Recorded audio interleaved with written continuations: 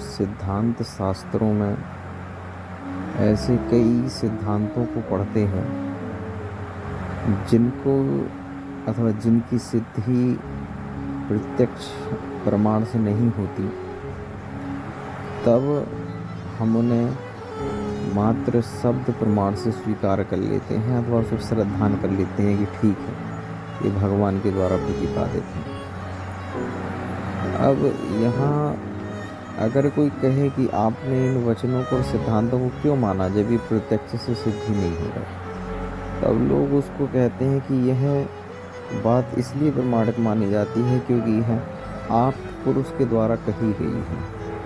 आप्त का मतलब एक ऐसा व्यक्ति जिसने स्वयं प्राप्त कर लिया हो। आप्त मतलब प्राप्त कर लिया हो यथार्थ को, तो उसकी जो वाणी है वह प्रमाणिक मानी जाती है।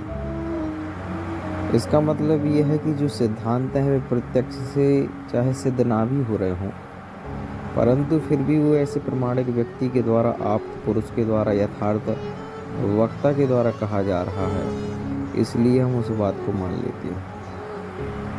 तो ये बात सभी सिद्धांतों में घटित हो जाती है, वह किसी भी धर्म और दर्शन का हो, परंतु उसके शास्त्रों को प्रमाणिक इसलिए माना जाता है क्योंकि वह आप्त और यथार्थ वक्ता के द्वारा कहा गया है। तो फिर ऐसे तो सभी के सिद्धांत ही ठीक हो जाएंगे। जैनों का सिद्धांत भी ठीक होगा, बौद्धों का भी ठीक होगा, और वैदिक परंपरा वालों के भी सिद्धांत ठीक होंगे, यहूदी, इस्लाम, ईसाइयों के भी सिद्धांत उचित हो जाएंगे, क्योंकि उन सभी ने उन सिद्धांतों को यही कहा कि ये हमारे आप्त पुरुष और यथार्थ वक्ता के द्वारा कहे गए हैं। तो इसलिए सिद्धांत की प्रमाणिकता तब होती है जब वह यथार्थ वक्ता के द्वारा कही जाए। तो अब सबसे पहले हमें यह सिद्ध करना होगा कि यथार्थ वक्ता कौन होता है। अब उस यथार्थ वक्ता कौन होता है उसके लिए एक सबसे बड़ा तो जो शब्द से ही स्पष्ट है वो यथार्थ रूप में जिसने स्वयं दर्शन किया हो वह यथार्थ ही, वही उसी की वक्तृत्व जो है वह यथार्थ कहलाएगा।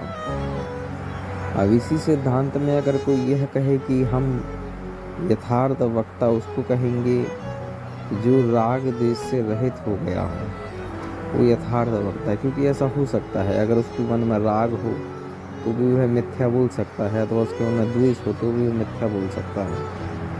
अगर उसको जो सत्य है वही बोलना है तो उसको ना राग होना चाहिए ना द्वेष। तो एक ये है सिद्धांत है कि आप्त की सिद्धि कैसे, आप्त कौन होगा, इसकी वाणी प्रमाणिक। तो आप्त यथार्थ वक्ता वही होगा जो स्वयं प्राप्त कर चुका हो और जिसके अंदर ना राग बचा हो ना द्वेष बचा हो। ये ठीक है कि राग द्वेष कुछ भी ना बचा हो। अब प्रत्येक दर्शनकारों ने अपने अपने आप्त पुरुष को राग द्वेष से रहित ही बताया है।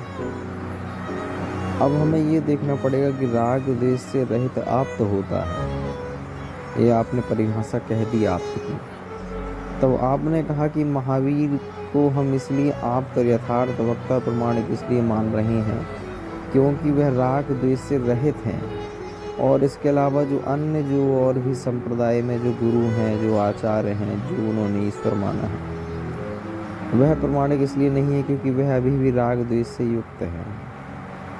तो अब सबसे पहले हमें ये देखना पड़ेगा कि आपके सिद्धांत में आपने जो प्रमाणिकता जिस आप्त की मानी है वो आपने कहा हमारा वह महावीर, हमारा वह आप्त पुरुष राग द्वेष से रहित है, यानी वीतरागी है। तो सबसे पहले आपको ये सिद्ध करना पड़ेगा कि वह आपका पुरुष वीतरागी कैसे है।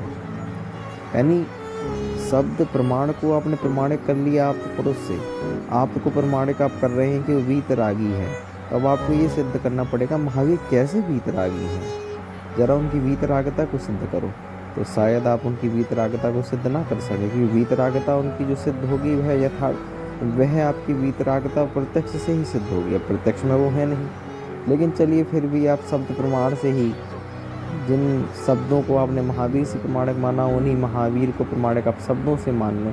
तो जो शास्त्रों में आया उन शास्त्रों के आधार पर ही अगर हम महावीर को देखें कि महावीर राग द्वेष से रहित थे, तो अगर हम यह भी ढूंढने जाएं तो क्या वास्तविकता में महावीर वीतरागी थे, तो आप बताएं क्यों थे वीतरागी। तो शायद आप ये कहेंगे महावीर इसलिए वीतरागी थे क्योंकि उन्होंने वस्त्रों का भी त्याग कर दिया था। कुछ भी राग नहीं बचा। गौतम बुद्ध वीतरागी नहीं थे क्योंकि वो वस्त्र पहनते थे। ये आप कह सकते हैं, ये जैन अनुयायी कह सकते हैं कि हम इसलिए महावीर को वीतरागी मान रहे हैं क्योंकि उन्होंने वस्त्रों का भी त्याग कर दिया, इसलिए वीतरागी हैं, इसलिए उनकी वाणी प्रमाणिक है। गौतम बुद्ध ने वस्त्र का त्याग नहीं किया, इसलिए वीतरागी नहीं है, इसलिए उनकी वाणी प्रमाणिक नहीं है। गुरु नानक, उन्होंने घर का त्याग नहीं किया, इसलिए वीतरागी नहीं है, तो वीतरागी नहीं है तो उनकी वाणी भी प्रमाणिक नहीं है। तो इसका मतलब केवल महावीर ही जो हैं वही वीतरागी हैं। अब वीतरागी भी क्यों है, तो देखिए कितना लंबा ये क्रम बन चुका है कि हम शब्द को प्रमाणिक क्यों माने जब वो प्रत्यक्ष सिद्ध नहीं हो रही वो बातें। तो इसलिए माने 16 स्वर्ग होते हैं, शब्द प्रमाण है, अथवा 7 भू भुआ सुहा आदि पृथ्वी, कुछ भी अन्य दर्शनों की अपेक्षा से। तो हम क्यों इनको माने, ये प्रत्यक्ष तो दिखती नहीं। तो आपने कहा ये प्रत्यक्ष नहीं हो रहा, तो इस शब्द प्रमाण इसलिए प्रमाणिक माने क्योंकि यह आप्त पुरुष के द्वारा कहा गया है। ये अब चैन देखिए, अब आप्त पुरुष को क्यों प्रमाणिक माने, तो आप्त पुरुष को इसलिए प्रमाणिक माने क्योंकि वह स्वयं वीतरागी हो, राग द्वेष से रहित है। वो जो भी कहेगा वो यथार्थ कहेगा, उसे किसी से न राग है न किसी से द्वेष है। तो इसलिए आप उस भगवान को प्रमाणिक मान रहे हैं क्योंकि वह राग वीतरागी है। अब वो वीतरागी क्यों है, तो अब ये भी आपको सिद्ध करना पड़ेगा। और अब वीतरागिता सिद्ध करेंगे कि भाई ये तो वस्त्रों से रहित है और घर इन्होंने छोड़ दिए, इसलिए वीतरागी है, इसलिए उनकी बातों को प्रमाणिक माने। अब यहाँ पर आपको अन्वय व्याप्ति, अब यहाँ पर आपको व्याप्ति बैठानी पड़ेगी कि उन्होंने वस्त्र का त्याग कर दिया इसलिए वो वीतरागी है। तो आप कहोगे हाँ। अब यहाँ पे दुविधा आ गई, यहाँ पे आपकी व्याप्ति नहीं बनेगी, यहाँ पे आपका साहचर संबंध नहीं बनेगा। अगर ऐसा हो, वस्त्रों का त्याग करना ही वीतरागता है, तो आज के समय में जो अन्य मतों में जो साधु हैं वह भी वीतरागी हो जाएंगे। आप भी कपड़े उतार देंगे तो आप भी वीतरागी हो जाएंगे।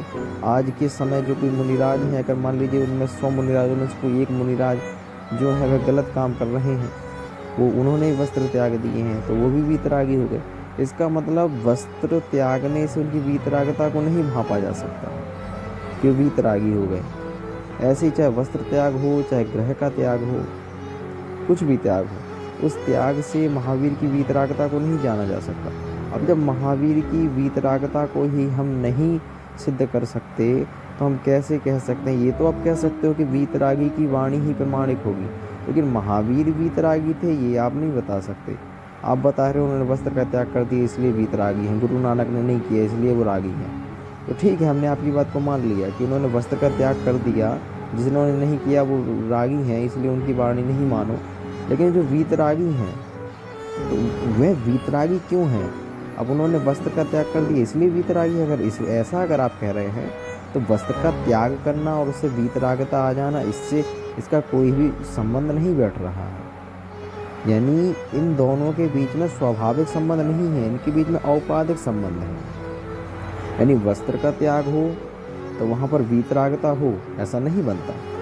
अथवा जहाँ पर वीतरागता है वहाँ पर वस्त्र का त्याग हो, ऐसा भी कोई संबंध नहीं है। ऐसा देखा जा सकता है कि भाई किसी ने वस्त्र का त्याग कर दिया लेकिन फिर भी वो वीतरागी नहीं है, और किसी ने वस्त्र का त्याग नहीं भी किया फिर भी वो वीतरागी है। तो इसका मतलब यह बाह्य भौतिक वस्तु आपके अंतरंग परिणामों में कारण नहीं है, बल्कि जो अंतरंग के आपकी वीतरागता जो है वह आपकी वीतरागता बाह्य वस्त्रों पर आधारित ना होकर के आपके अंतरंग के परिणामों पर है।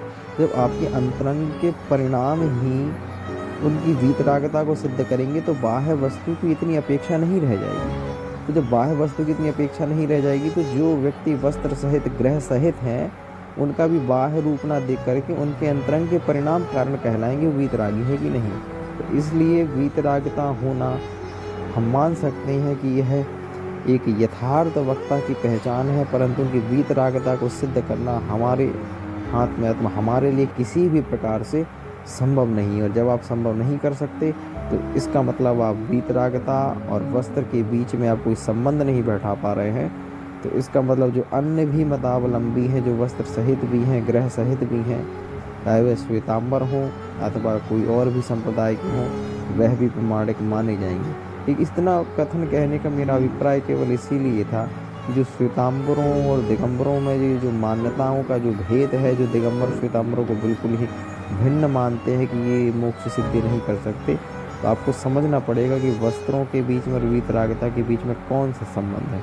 अगर आपको कोई पता लगे स्वाभाविक संबंध है तो तो आप मुझे बता सकते हैं, मैं आपकी बात को मानने तैयार हूँ, परंतु उनके बीच में कोई उपाधि नहीं आनी चाहिए। जब उपाधि आएगी तो वह स्वाभाविक संबंध नहीं होगा जिससे आप उनकी वीतरागता को सिद्ध नहीं कर पाएंगे।